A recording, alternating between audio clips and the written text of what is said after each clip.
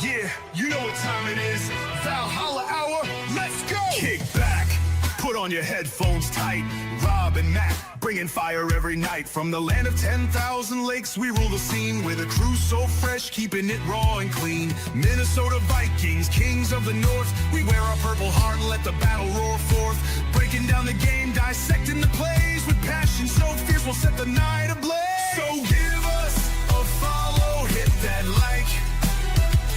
Share it with your crew, you know we're about to strike. Valhalla, our podcast, living life bold, where legends are made and stories are told. This is a Huddle Sports Network broadcast. You can find us on Roku TV, Amazon Fire TV, Facebook, and of course YouTube. Get all your NFL news here first. Good afternoon, everyone. Welcome to another episode of Valhalla Hour. I'm your host, Sir SoCal. With me, as always, Matthew Lissateri. How are we? Been better. So, after 2 weeks, I'm back. My daughter had some pink eye and an ear infection at the same time. So, No, thank you. and yeah. So, and last week I just wanted to relax because I went to the Eagles Vikings game, and let's just say it was we'll get into that later. Just wanted to say today is the first annual Valhalla Hour Crucial Catch Cast. The month of October since 2009, the NFL and American Cancer Society have teamed up. They provided $35 million over the course of that period and is intervening in about 1.7 million cancer diagnoses. That's 1 million more birthdays. This is, of course, a special time of the year. Last week was the Crucial Catch game for the Vikings, since it's our only home game of the month of October. Thank you very much, NFL scheduling. Yeah, I wanted seriously. to share this. Yeah, I wanted to share this with you guys, with all our viewers. My dad is a 2-time cancer survivor, and they had, the hashtag Skull Strong, and this was my sign last week. So, and I actually made the jumbotron at the game. That's cool. When they showed this, there was a massive applause from the crowd. There was some people behind me who also said, "Was that you?" And I'm like, "Yep, that was me." That my dad beat cancer twice, and I don't care if you have a loved one or you yourself have gone through it one time or multiple times. It touches everybody in a different way. And Mm. last week's show nearly put me in tears, remembering my dad's treatment. Yeah. So, Yeah, my friend Kaylin's daughter battled it for about 2 years, and she just found out she's like 6 months remission right now. So awesome to hear that. the person who blew the Yaller horn, she is a current Vikings cheerleader, and she has the BRCA2 gene, I believe it was. And so she's going to have a double mastectomy. And, That's rough. It was from pretty much the time the game started to the time the game ended, everything was a Crucial Catch. Yeah. So we are going to go on to the score recaps. We have 2 games that we have played since the last time we saw you guys. Yeah. Eagles 28, Vikings 22. And then, of course, Thursday Night Football, the fucking Chargers 37 and the Vikes 10. It's weird how different the vibes can be between 2 losses. Like, I get a loss is a loss, but at least after the Eagles game, it's like, well, if this play had gone differently, or if that Hawkinson touchdown would have stood, like, we were only a score away from winning that game. Like, we walked away going, like, man, we kind of got fucked out of a win there that should have been a Vikings win, to Thursday night being like, oh, like, well, we're just not even in the same league as these other teams. I'm going to drop a stat for you guys that came out of last Sunday's game. 1 for 8. That's how many times we got a touchdown in the red zone. 1 for 8. Yeah.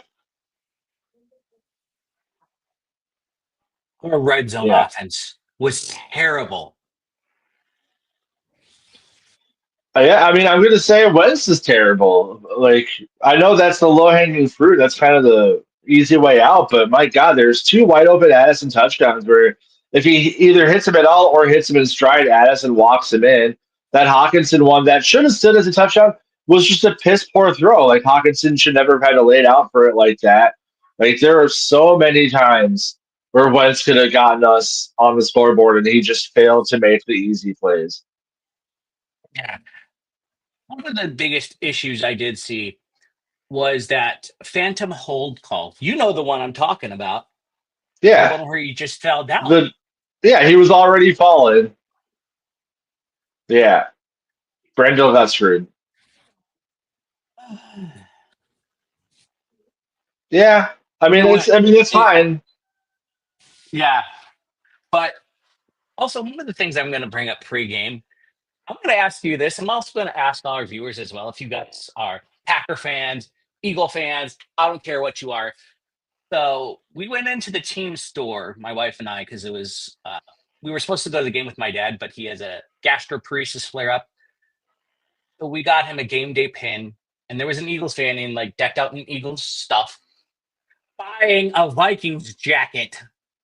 What would you think of that? I mean, maybe it's a guy that just likes to collect different teams' gear. It's whatever, but yeah, it's just weird.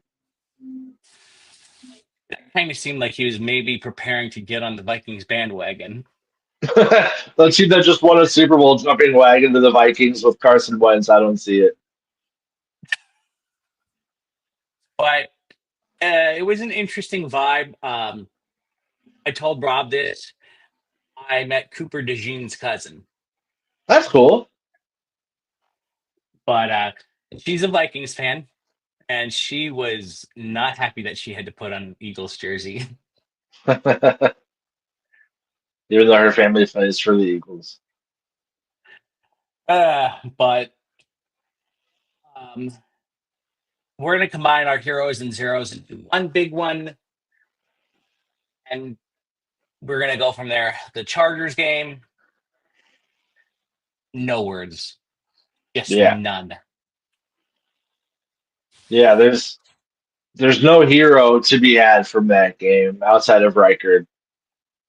He's actually my hero in both weeks. He's the only one that was consistent enough to get my hero for both weeks. So that game we were out coached. We were just outmaneuvered. We were out everything.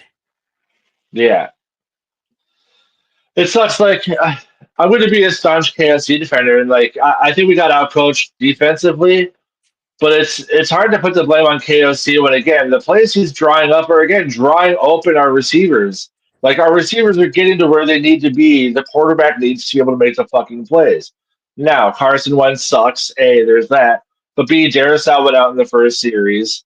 CJ Ham was out that game. Oliver went out in the first quarter. He's our best run-blocking tight end. O'Neal was out. Kelly's been out for the last 4 weeks. So it's like we're down 3 of our starting O-linemen. And our left guard's a rookie. And Fries, this is his first year on the team, and he hasn't been healthy since week 4 of last year. So he's probably still getting all the rust shaken off. And so, like, our run line, or not our run line, sorry, our O line is just fucking abysmal. And it shows in our run game, too. We had 12 rushes.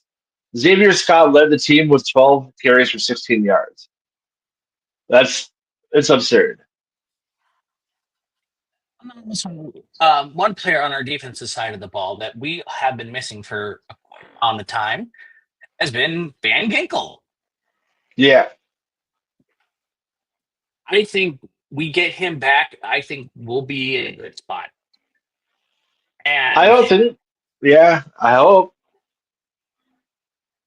our defense can't just rely on Van Ginkel. Like we need to be able to make tackles. We're getting to the quarterback, like we're pressuring like crazy, but we can't fucking wrap up to save our lives.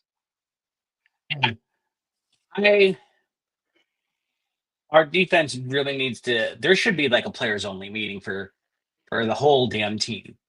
Riker earned Yeah, his pay the past few weeks. He's earned his pay. yeah.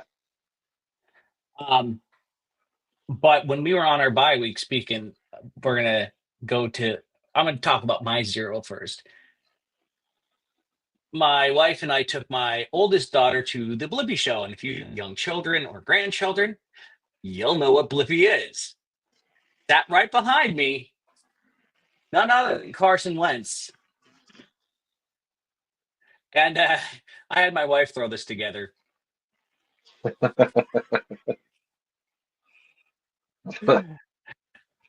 That's It's a little haunting. if you know situation.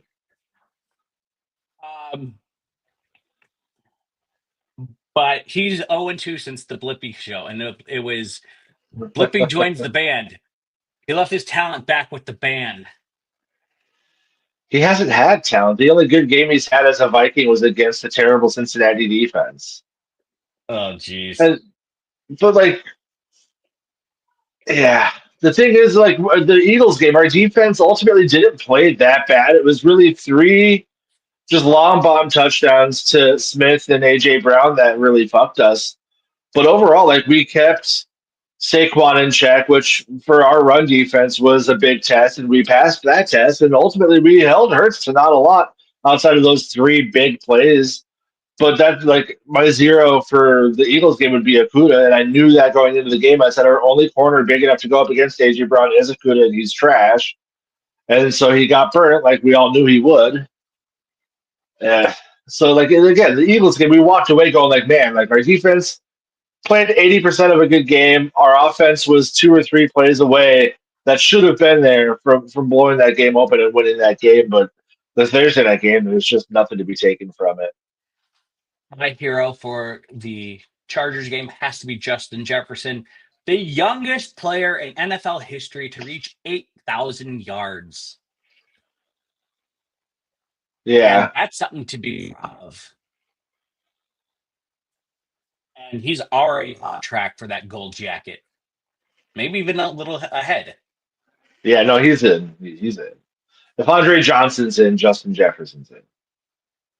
So our stats for this Chargers game, we only had 164 net yards. 164.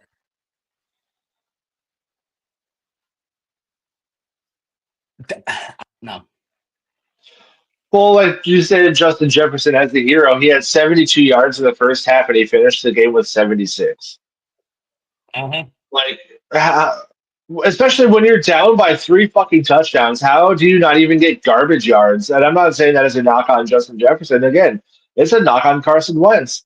How are you unable to deliver a football? And then Brosmer, granted, with backups, probably going against backups, but that final 2 minutes, at least he was getting the ball out quick to the running back or whoever was out on the side to get some yards and get out of bounds. Like, my Carson Wentz is just, he should never see a field as a starting quarterback again. He should only ever be there in case of death. The Chargers had 419 yards. Yeah.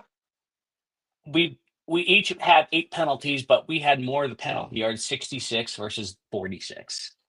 And they pretty much doubled our time of possession. So we've talked about this in the past. Hargrave and Allen's contracts are basically 1-year deals. You can get out of both of those with minimal dead cap hits after this year. It was really like a test of like, hey, let's bring these guys in and see if they can dominate this D line. And the first 3 weeks they were, like we talked about, we had a third of the amount of pressures in the first 3 games as we did all last season. And then it just hasn't been there. Like our younger guys are having more of an impact with Levi Drake Rodriguez and Ingram Dawkins and Redmond that we got. For them to be outplaying the people we brought in for those big contracts kind of sucks, but at least we can move on from them after this year. But one of the things I'm going to go back to the Eagles game I really liked. We held Saquon Barkley to only 44 rushing yards. That's it. Hmm. Yeah, that's what I'm Um, saying. and this is going to be a tale of two games. On the Eagles game, we had 387 yards total net. We gave up 361. That's fine. We had better yardage than the Eagles. Fine, great. We had less penalties on Sunday than we did Thursday. We only had 3 for 30 yards. They had 8 for 64. Mhm. And we had better time of possession than the Eagles did. So in most phases of that game, we were doing pretty damn good. Mhm. We just had a hard time punching it in. Well, that's why I'm saying Wentz can't lead open receivers. Addison multiple times had to come back awkwardly for the ball. Whereas if Wentz can put it over his shoulder, what Addison's running those in for touchdowns. Or again, the Yeah. Hawkinson one, that should have been a touchdown, whatever. If he can hit him when he's running and not having to throw him leading out like he's Superman, that's a touchdown. Like he's just so late on all of his reads. For a 10-year vet, He's 35, 32. Yeah, like it's abysmal. so He got sacked twice versus 5 times on Thursday. yeah. And that's for all those Even, people that are a bit. Go ahead. yeah. Okay, yeah. So he only got sacked twice on Sunday, 5 times on Thursday. Our O line was the problem. My zero for that game was our fucking line. Yeah. Yeah, my zero for the Chargers game is KOC for keeping Wentz in out of the second half when he clearly was. When they have to go on TV and say, like, hey, look at this shoulder brace he's wearing that limits the restriction of movement for his arm. And every time he's running, he's like holding it into his chest. He had one arm for half a game. And then I get Brosmer. I get he's an undrafted rookie. I get all that. But it's clearly not fucking working with Wentz. He's not only not helping, he is a legitimate detriment to that offense at that point. And we kept him out until the literal final 2 minutes of the game. One of the things that you kind of touched on when he also was going to throw, when he hit it on the helmet, it looks like after that, nothing. Like he just turned off. Yeah. But also, I'm gonna give a tip of my tip of my horns to whoever decided on the Flores defense to try to stop the tush push with falling down. It Yeah. worked. Turning the player That sideways. that was a brilliant move. Yeah. The Broncos and the Giants laid the groundwork for us to really keep ourselves in the Eagles game by showing that their passing is just not good, and that is the truth. Yeah. Jalen Hurts only had 3 touchdowns throwing, but he did have 326. Yeah. But again, like I'd say probably what 100, just over 100 of those yards were on 3 plays that were just broken coverage by either Akuda or Metellus. Metellus has been a super fucking huge disappointment this season. Yeah, now we're starting to get into the later rounds of the season. Not much time left. At least we're not the Jets. Yeah. Um, Yeah. Honestly, since we're going to be one of my zeros, honestly, for the Eagles game is definitely has to be some of our defense. Some of it was good, some of it was bad. Broken coverage here. Also, Carson Wentz and his shovel passes, that's got to get shit canned immediately. Yeah. Well, again, he's hopefully not going to see the field for the rest of the season. Even if McCarthy gets hurt again, it needs to be Brosmer as a QB2. Whatever's happening in Egan, something's got to change. Yeah. You can't in good faith put Carson Wentz back on the field after what you've seen over the last handful of weeks. It's legitimately some of the worst quarterbacking I've seen since like Matt Castle or Christian Ponder. We're 2-3 with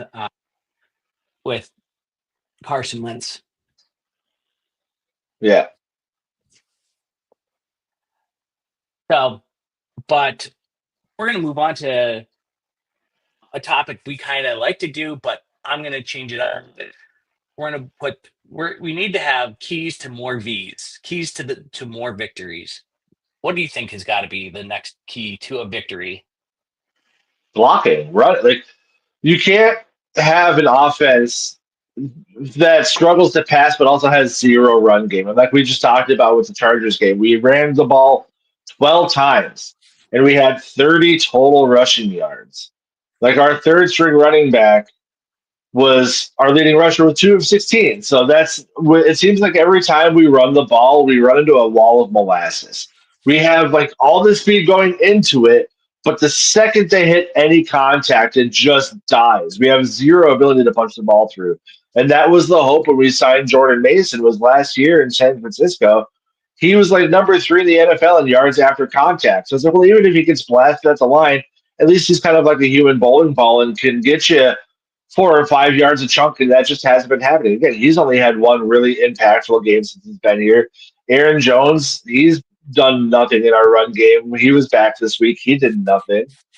Xavier Scott honestly looks like the second best running back on this team. At least he's able to produce some yards when he's on the field. But again, it just goes to O-line. We have no center to run block. Brandle's a natural guard who's been playing center. He had one good game, one not good game, and one terrible game. We have no ability to block on the edges, so we can't run on the outside. It's just, yeah, it's so we haven't had a good run game since Prime Dalvin Cook. Yeah, I'm going to take a look at the jet chart right now.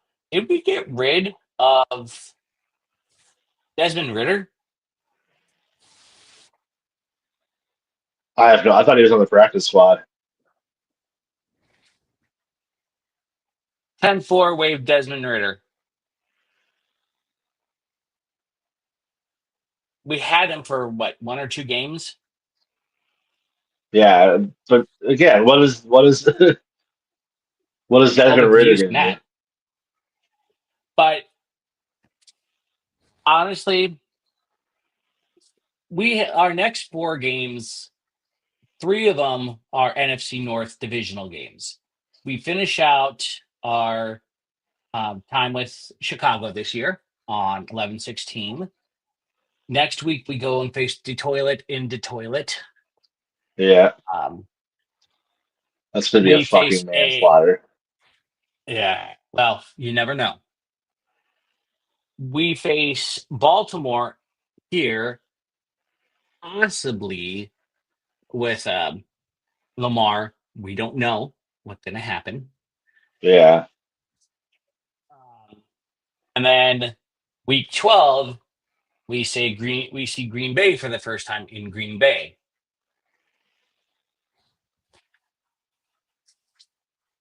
I'm going to be optimistic, and I'm going to say in that stretch we go 2-2. Yeah, I mean, McCarthy's going to be back versus Detroit, which is not great because Detroit has Hutchinson, and we have, again, an admittedly terrible O-line.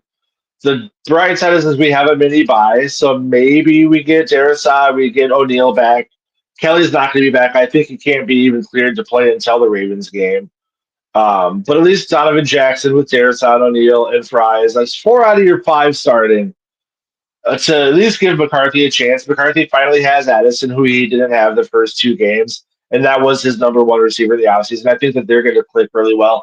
I think McCarthy will at least be able to throw Addison fucking open a little bit and not make him have to come back for the ball. And McCarthy has the mobility that Wentz just doesn't have. So there are things that at least give our offense somewhat of a chance. And if McCarthy could at least string together a couple first downs, maybe our run game can finally get open. McCarthy catches a ton of shit because of that Falcons game, but in the Bears game, he played more good than bad. The offense stunk in the first half, but it was his first half. But the second half, he was letting it open up. He finished with 3 touchdowns. We got the win. He just needs an O line, and he needs to just get the chemistry with the receivers that he just hasn't had the ability to get. The defense, we need Van Ginkel back, but again, doesn't matter if he's back and healthy if we can't wrap up tackles. Gibbs terrifies me. Montgomery terrifies me. Sam Brown's going to absolutely torch us. Williams is nothing but a speed demon. We have no corners that can cover outside of Rodgers. Byron Murphy's been abysmal. That was my biggest thought going into the season was the fact that we did 0 outside of Rodgers to address the secondary in any way, and it's clearly fucking us. Yeah. Baltimore, if Lamar Jackson doesn't play, then I see us going possibly 3-1. I haven't seen anything out of the last 4 games that makes me think we're going to win any of these games. Green Bay is absolutely rolling. Chicago's absolutely rolling. Detroit's absolutely rolling. And if we get Baltimore without Lamar, I'm still not convinced we like Derrick Henry. We have to stop Derrick Henry. I'm not convinced we even beat their backup. I think this is going to be, unless McCarthy really clicks quickly with a healthy O-line and Addison, it's going to be a really long season. But that's fine. Like, again, you sink or swim with your rookie quarterback. It takes time to develop. I do not want this whole, Vikings should trade for Kirk and bring him in the rest of the season so we can fucking win 10 games, lose in the playoffs, and then finish with, a mid-20s draft pick. No.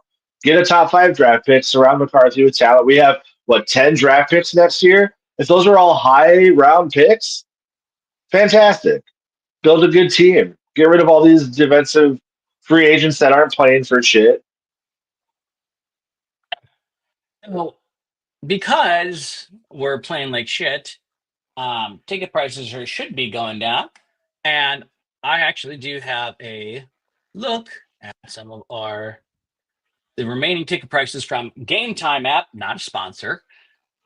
As you can tell, the cheapest game left for nosebleeds is the Commanders game starting at $113. Jesus. Yeah. So. And they haven't even been good this year. It's not like it's even a marquee matchup. No.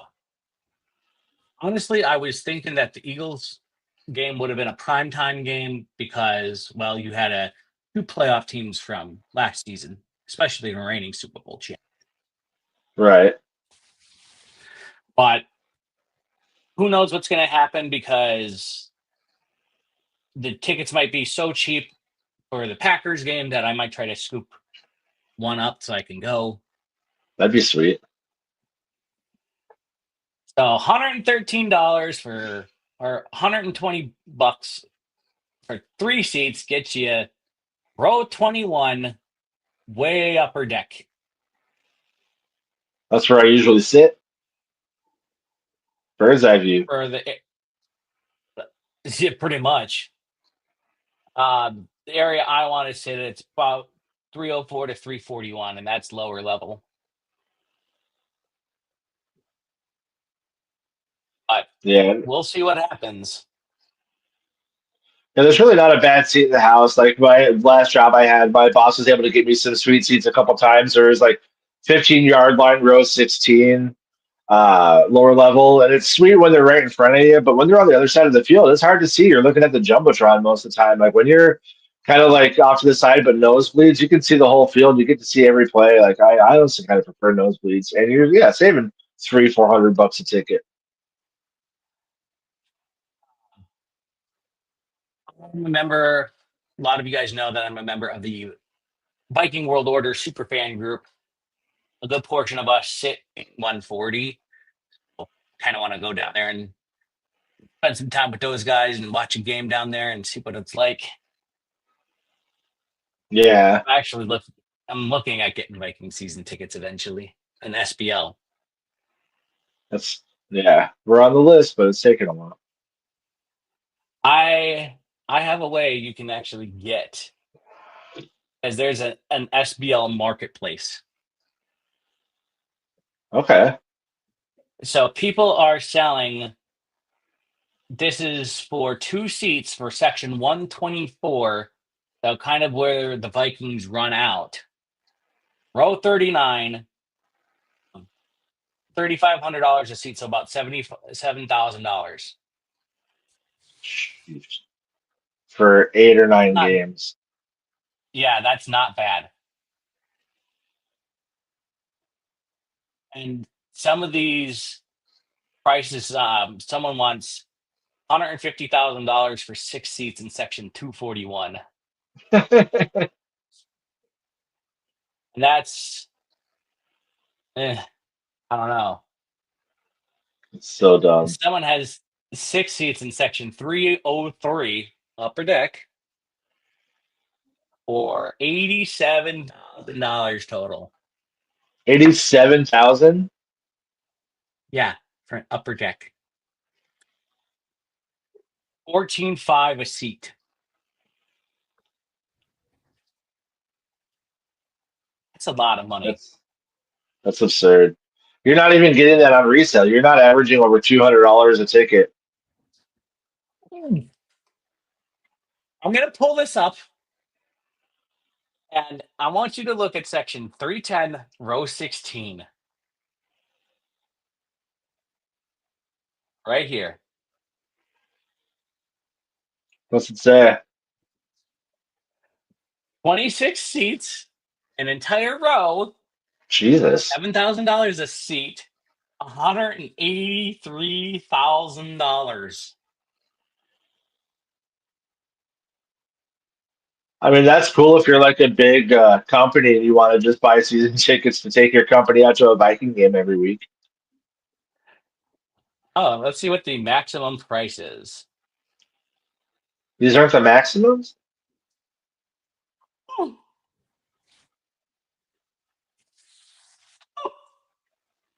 They're never selling for these prices. That's the thing I don't understand is like it's not even 107 justifiable. right here on the visitor sideline for $800,000. No. I mean, yeah, if I want 2 seats, then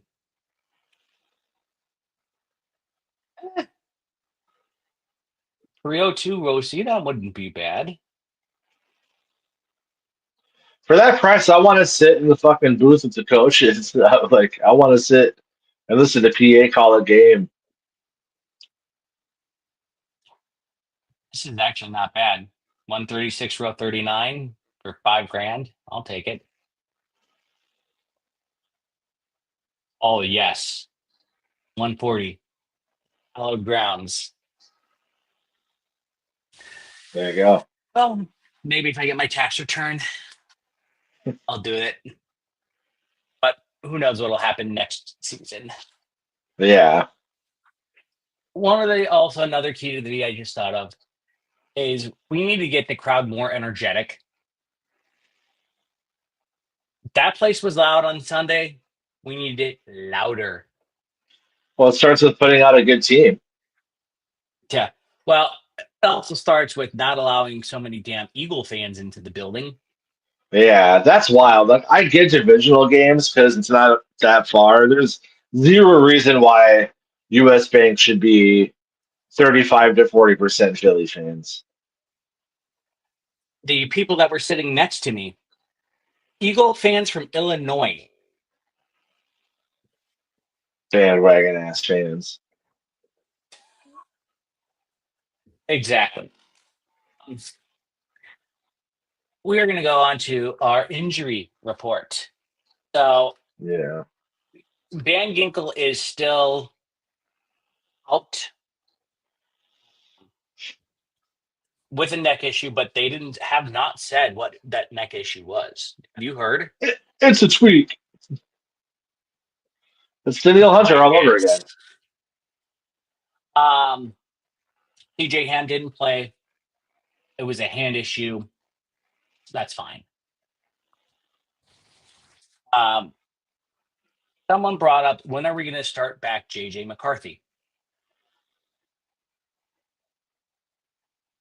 Detroit. KOC already said it.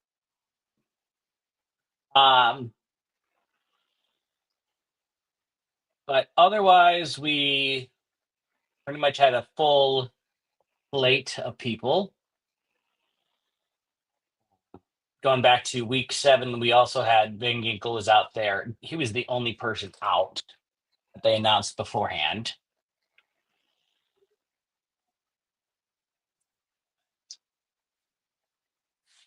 And then also the Eagles were without Grant Calcaterra, Who? one of their tight ends. Oh, no. That's why they didn't put up more yards on us, is because they were without him. Yeah, I'm sure that was the reason. I think first you put in JJ, get Carson Wentz the fuck out of here, make him pack his shit and go.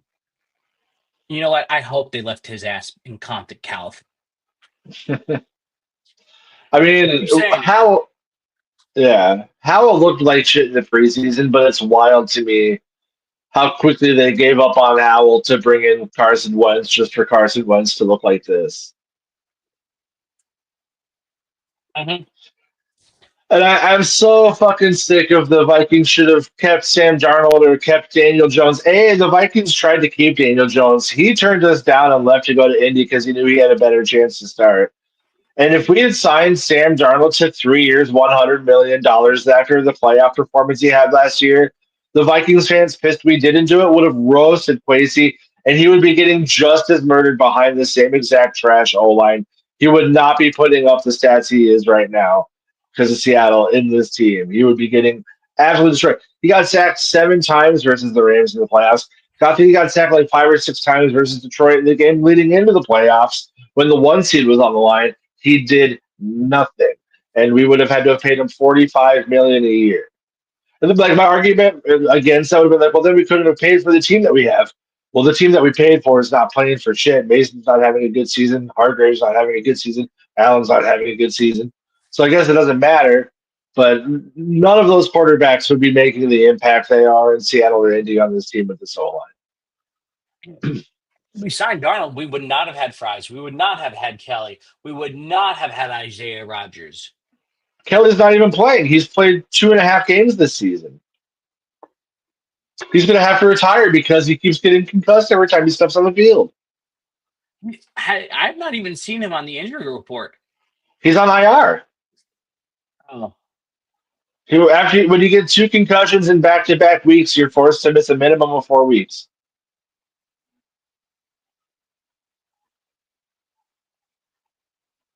So he's not even due back until like week 9 or 10. He's due back for Detroit. Is he? Yeah. Okay. Because we already played week 8. Well, it's either week 9 or 10. I can't remember. But from his last game, he got a concussion. He had to miss a minimum of 4 weeks. Yeah. So that's he'll either play in Detroit or play Baltimore. Yeah. And he was a top 5 center before he got hurt. Granted, it was in limited snaps because again, it was only a couple games, but he was playing really well when he was on the field. But he needs a guardian cap or something. He does. So Why aren't we? And I gotta. Like Will Fries, I think I saw yesterday. He has like a 69.5 pass blocking grade. So his pass blocking has been pretty well. His run blocking has not been great, but he's been a decent pass blocker, and he's had bum ass Spool to his right for half his snaps. There we go. I forgot to add a few destinations. for the podcast. You play the GM. We don't make the playoffs. What's the first thing you're going to do?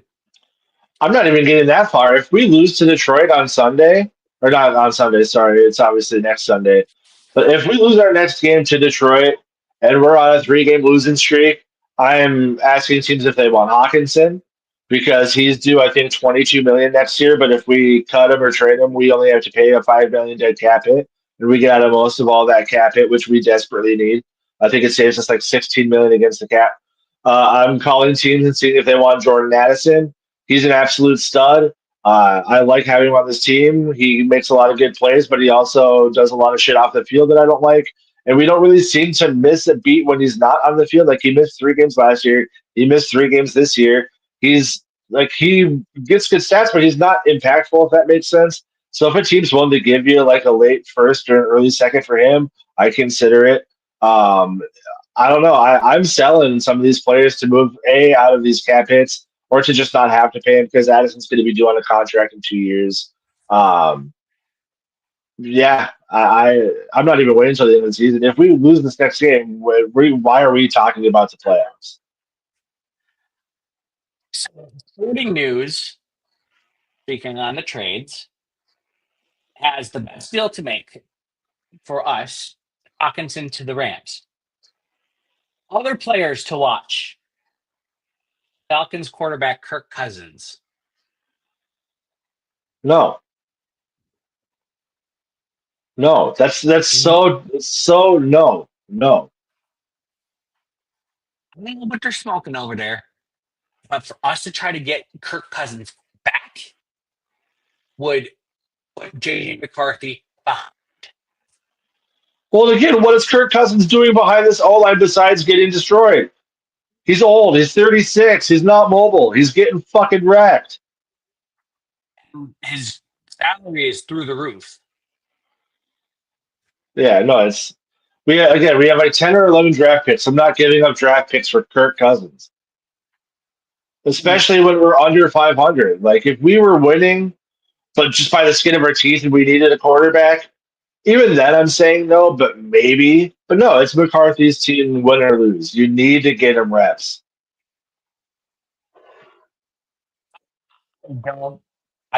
As much as I like Kirk when he was here, there's a reason we moved on from him. There's a reason he was one of our most polarizing quarterbacks in team history. Well, we offered him an extension to stay. He turned it down. So it's not like we were just like, nope, bye. Like we offered him, I think it was like 2 years, 75 million. And he's like, no, and they just offered me, what was it, 4 years, 150 with 100 guaranteed. So like we wanted him to stay here, it just didn't work out. But it's like with Aaron Rodgers, we had the chance to bring him in. He wanted to come here, and the Vikings said no because McCarthy was the guy. And we let Sam Darnold go because they knew McCarthy was the guy. We didn't offer Daniel Jones more because McCarthy was going to be the guy. They're not going to trade for Kirk now that McCarthy's finally healthy and ready to come back and play. It makes no sense. Yeah. Then we are really then behind. I don't want Kirk back. Only time I want to see him back is maybe if he gets inducted into the Ring of Honor, but that's even a stretch for them. Right. He's not going to get in the Viking Ring of Honor. You never know. That would be embarrassing. ESPN 21, Kirk Cousins, quarterback. Predicted chance of getting traded 20%. Team fits, Minnesota Vikings. What the fuck? No, it's just lazy reporting. Just clickbait. Oh, he was there, so they might want him back. Oh, familiar with KOC? No.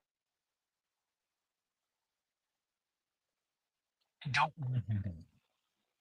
If anything, we should have pushed for Flacco.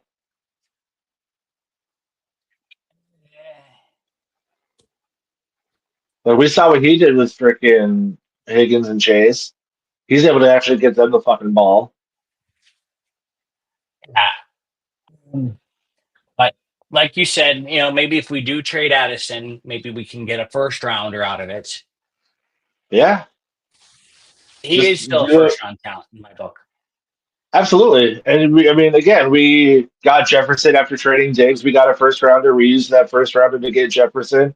If someone's willing to offer you a first for Addison, then you just draft another first round receiver. You restart that rookie contract. Hopefully, get one that doesn't have the off the field issues that, while being sequestered in their hotel in London, still finds a way to miss walkthroughs. So they get benched in the first quarter in a game where you have to win. Always a team that needs a wide receiver.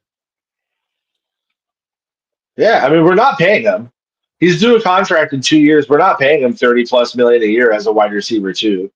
And he loses all of his value the second that 5th-year extension is signed because everyone knows you're going to just let him hit free agency. We're not going to freaking 6 year franchise tag him. Yeah, we're not gonna. I'm gonna say we trade Jordan Addison for at least a first rounder. Just some contending team for a late first, yeah. Like if Buffalo's like, hey, we want Addison, we'll give you the 29th overall pick or the 30th overall pick. Yeah, fine, take him. imagine then a top 10 and then finishing that. We still would win that trade, according to an NFL trade simulator. Yeah, you're probably pushing it, getting it first. You're probably looking at it early to mid second rounder for Addison. But again, we're not paying them, and his value is Yeah. only going to get lower. Like if we, especially in this draft, where again we have, I've said this multiple times now, we have 10 or 11 picks. I think we have 5 picks in the first 100. If you could add another second rounder, like, and with the team being as bad as it is right now, those are going to be mostly high picks. You could really turn around a team. We trade for Kirk. It will march down to Egan. We'll bring a U-Haul, and I will pack Quasey's stuff into that U-Haul. Yeah, And then I'll put Kirk's stuff in a U-Haul as well. Maybe that same U-Haul. hey, if he wants to move back to Minnesota once he retires, fine. Yeah, we can't pay him in Cole's cash anymore. Yeah, Cole's cash is we worthless. we can't pay anybody. We're under 56 million under the cap next year. Yeah, well, we got bigger issues. But we'll find a way.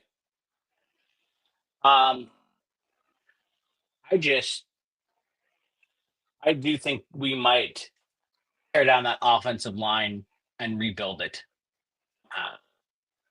Yeah, there's not much Yeah, rebuilding that needs to be done. Like Darisaw, when healthy, is still the future. We just gave him a fat contract. We just gave Fries a big contract.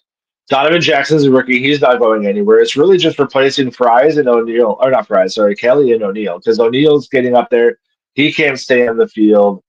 And Kelly, this is his last year. Again, it was a concussion. So you need to draft a new center. You need to draft another tackle, preferably swings. That way, when Darisaw or O'Neal are hurt, they can step in and play, and it's not Walter Rouse. And it's not fucking school. really, he's going to retire just because, yes, the back-to-back concussions are just, there's no going around it. We need healthy. Yeah. Yeah, nothing to knock against this play, but yeah, he at his age with those concussions, he needs to step away. Yeah, if we cut Ryan Kelly at the end of this season, the 2026 year, we save $12 million. So there you go. You move on That's from Hawkinson, you move on from Kelly, you're saving what? $28 million in cap? yes.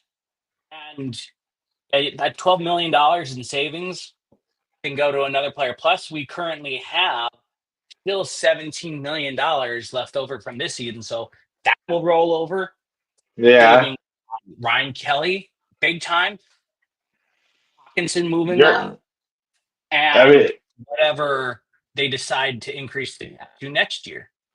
Pull up O'Neal's contract. How much do we save if we move on from him? From who? O'Neal.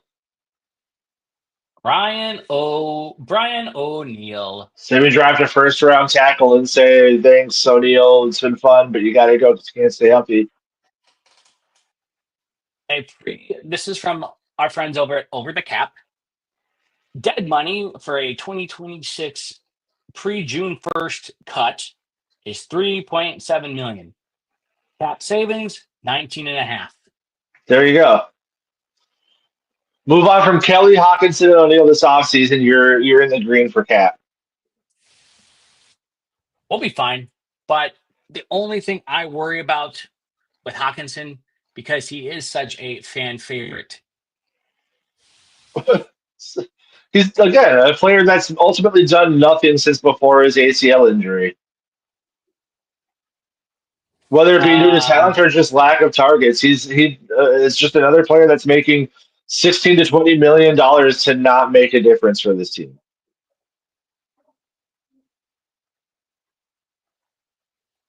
Okay, so if we don't trade Hawkinson this year, we designate his cut for post June 1st because we save 16 million, but we have a $5 million dead cap. Yeah. That's what we've got to do. Let's see about a trade post June 1st. If we trade him now, we still have that $5 million dead money cap or dead money with $11.3 million cap savings. Yep. So And you're getting probably a third or fourth round pick. Yeah, I'll take it. Right. I mean, again, like that's the thing is like I've mentioned this again as a knock towards Vikings fans is the term fan favorite. How many times we saw Rick Spielman hand out bloated contracts to old washed vets because they were fan favorites. Hawkinson, I get he's been fun, but A, we didn't draft him. B, it cost us a cumulative value of like a mid third round pick to get him because we got 2 fourth round picks for and we traded what? 2 seconds, we got Hawkinson and 2 fourths. So it's like we gave up a ton to get him. He's costing us a ton of money, and he hasn't been anything close to who he was before his injury since he's been back. And he's been back for like 20 cumulative games now, and he's done nothing. Like, we got to stop looking at name and start looking at cost versus production, and these players are not worth the cost versus the production on the field. did a little playing with this calculator. Cut Brian O'Neill pre and cut TJ Hawkinson post 6-1. We would only be in the red $749,000 plus the $17 million carryover plus the cap. Right. You'd be fine. And you're clearly moving on from Hargrave and Allen, I'm guessing, after the season. You're probably moving on from both of them. And I think both of their cap hits for next year get cut in half. And then you also cut Ryan Kelly. Yeah, he's gone. You're back in the green with $11 million. So, I mean, again, that's why I'm saying we kind of, if we're going to lose these games, we need to be sellers. We need to get as much draft capital as we can because we need to sink in at least 3 out of our first 6 round picks need to be dedicated to O-line. And then the other 3 need to be dedicated to our secondary. And so we need to go into this next draft with at least 10 picks because half of those picks are going to 2 positions. Those 3, I think, will be okay. Yeah.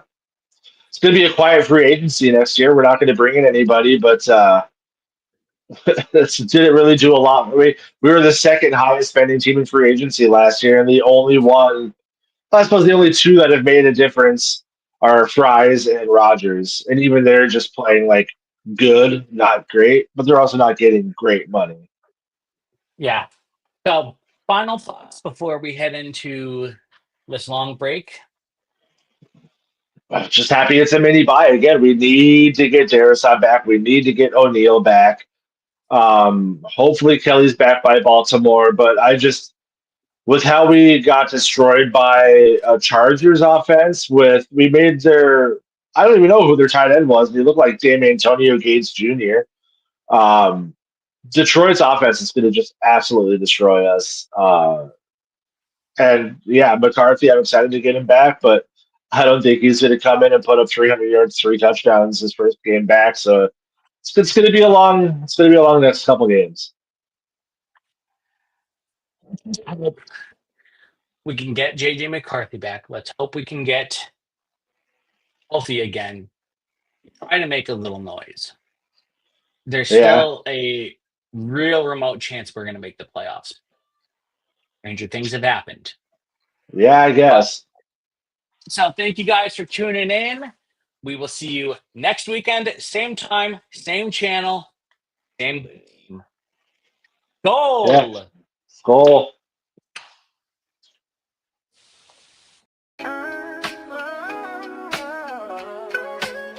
Yeah, yo, it's game time, ain't no messing around. Huddle Sports Network, the best in town. From NFL rumors to the latest trends, we got all your sports, just tune in, my friends. Catch us on Roku, Fire Stick, take your pick. Facebook, YouTube, where the action's slick. Daily shows that drop like a bomb. From 10 to 11, it's Ken and Ken, stay calm. Huddle up, catch the vibe, feel the rush.